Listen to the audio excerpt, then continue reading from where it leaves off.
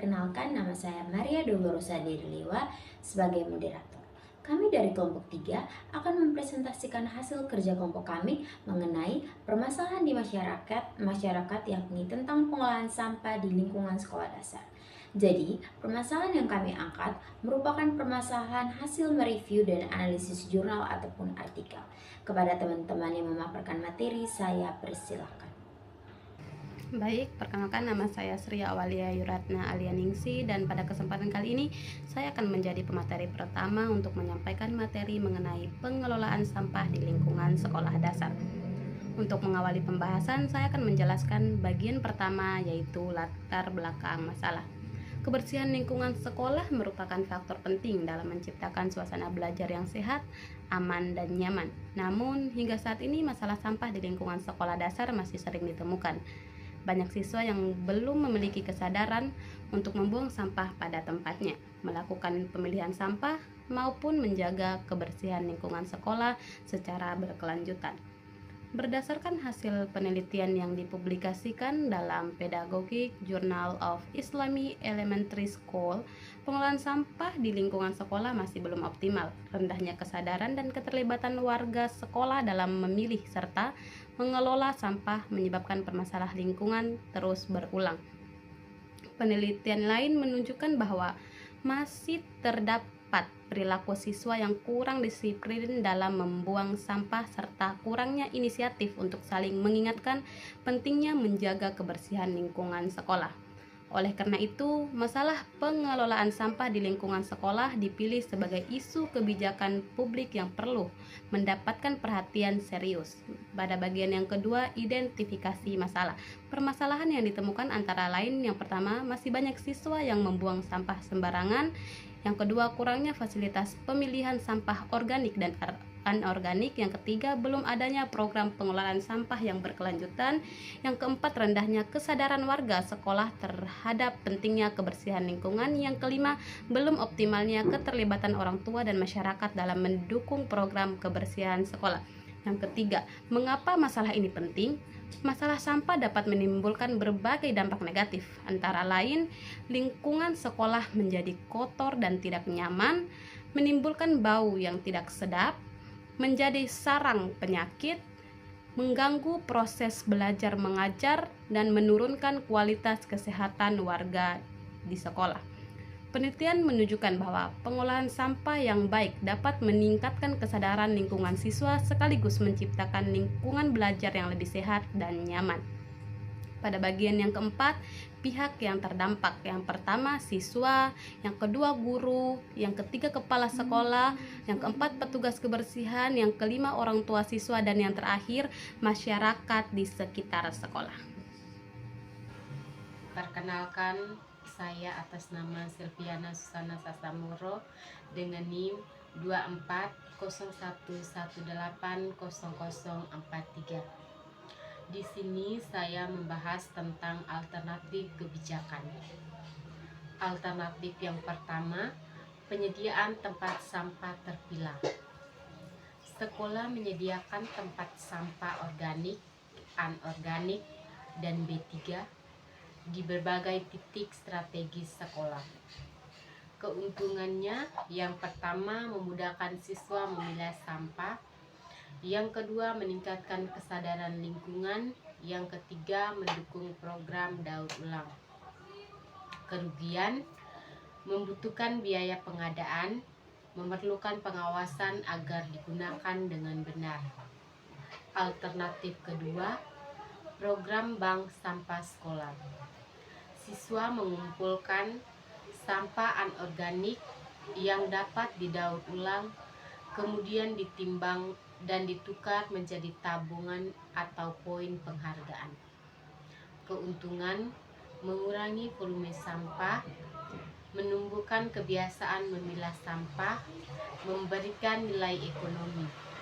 Kerugian, membutuhkan pengelolaan khusus, memerlukan kerja sama dengan pengepul atau bank sampah daerah. Program bank sampah terbukti menjadi salah satu solusi efektif dalam pengelolaan sampah berbasis sekolah dan mendukung program sekolah. Alternatif yang ketiga, program pendidikan lingkungan berbasis proyek. Siswa diajak membuat kompos, ebrik, kerajinan daur ulang, dan kegiatan Jumat bersih. Keuntungan, pembelajaran menjadi lebih menarik, membentuk karakter peduli lingkungan, melibatkan seluruh warga sekolah. Kerugian, membutuhkan pendampingan guru, memerlukan waktu pelaksanaan yang cukup panjang. Penelitian menunjukkan bahwa edukasi pemanfaatan sampah dan kegiatan daur ulang dapat meningkatkan kesadaran siswa terhadap pengelolaan lingkungan sekolah. Perkenalkan, nama saya Teresia Peniruing. Pada kesempatan ini saya akan menjelaskan bab ketiga mengenai rekomendasi kebijakan kelompok. Usulan kebijakan dari kelompok kami berupa program bak sampah terintegrasi dengan pendidikan lingkungan sekolah. Kelompok kami memilih alternatif kedua yang dipadukan dengan alternatif ketiga, yaitu membentuk bank sampah sekolah yang terintegrasi dengan pendidikan lingkungan. Alasan kami memilih kebijakan ini karena mampu mengurangi jumlah sampah di sekolah, memberikan manfaat ekonomi, membentuk karakter peduli lingkungan sejak usia dini, melibatkan siswa, guru, orang tua, dan masyarakat, serta dapat diterapkan secara berkelanjutan. Bentuk programnya ada 7. Yang pertama, pembentukan bank sampah sekolah. Yang kedua, menyediakan tempat sampah terpilah. Yang ketiga, kegiatan Jumat bersih. Yang keempat, lomba klaster bersih. Yang kelima, pelatihan pembuatan kompos. Yang keenam, pelatihan pembuatan ekobrik. Dan yang ketujuh, pembentukan duta lingkungan sekolah. Penelitian menunjukkan bahwa program pengelolaan sampah berbasis sekolah yang melibatkan edukasi, pemilahan sampah, dan bak sampah mampu meningkatkan pengetahuan serta perilaku peduli lingkungan siswa. Kesesuaiannya dengan hukum, program ini tidak bertentangan dengan peraturan yang berlaku dan yang mendukung seperti Undang-Undang Dasar 1945 Pasal 28H tentang hak atas lingkungan hidup yang baik dan sehat, Undang-Undang Nomor 18 Tahun 2008 tentang pengelolaan sampah, serta program Adiwiyata Kementerian Lingkungan Hidup dan Kehutanan.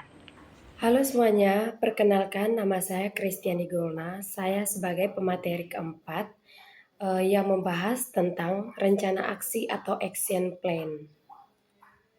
Jadi masuk pada yang pertama itu langkah pelaksanaan. Nah, jadi di sini ada 9 kegiatan yang sudah direncanakan. Yang pertama itu kegiatan observasi kondisi sampah sekolah, yang dimana waktu pelaksananya itu dilakukan pada minggu pertama. Masuk yang kedua itu kegiatan wawancara guru dan siswa, yang dimana waktu pelaksanaannya itu tetap dilaksanakan pada minggu pertama bersama dengan kegiatan observasi kondisi sampah sekolah. Yang ketiga itu kegiatan penyusunan proposal program, yang dimana waktu pelaksananya itu dilakukan pada minggu kedua.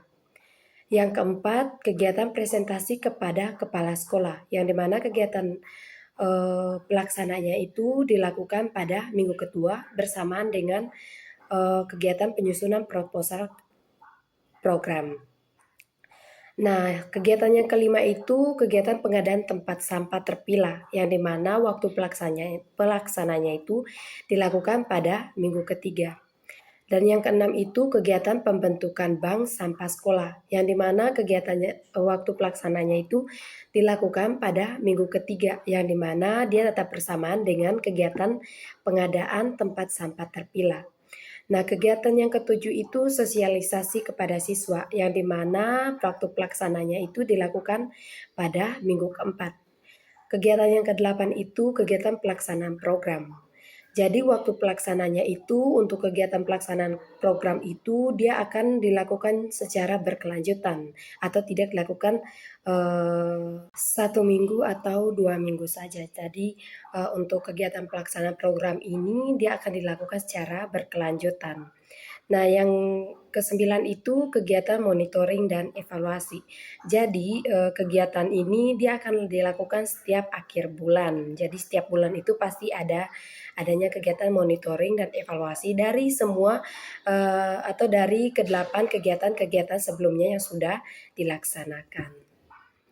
Baik, masuk pada materi yang kedua yaitu pihak yang dihubungi. Jadi ada 7 pihak yang dihubungi dari kegiatan pelaksanaan ini, yang dimana ada kepala sekolah, guru kelas, komite sekolah, orang tua siswa, dinas lingkungan hidup, bank sampah daerah, dan pemerintah desa atau kelurahan. Masuk pada materi yang ketiga yaitu aksi nyata yang dapat segera dilakukan. Jadi ada 5 bentuk aksi nyata yang kami buat. Yang pertama itu kerja bakti membersihkan lingkungan sekolah. Yang kedua itu menyediakan tempat sampah terpilah. Yang ketiga membuat poster kebersihan. Yang keempat mengadakan lomba kelas bersih. Dan yang kelima itu membentuk tim duta lingkungan sekolah. Permasalahan sampah di lingkungan sekolah dasar masih menjadi isu yang perlu mendapatkan perhatian karena berdampak pada kesehatan, kenyamanan, dan kualitas pembelajaran siswa. Berbagai penelitian menunjukkan bahwa rendahnya kesadaran warga sekolah serta belum optimalnya sistem pengolahan sampah menjadi penyebab utama masalah tersebut.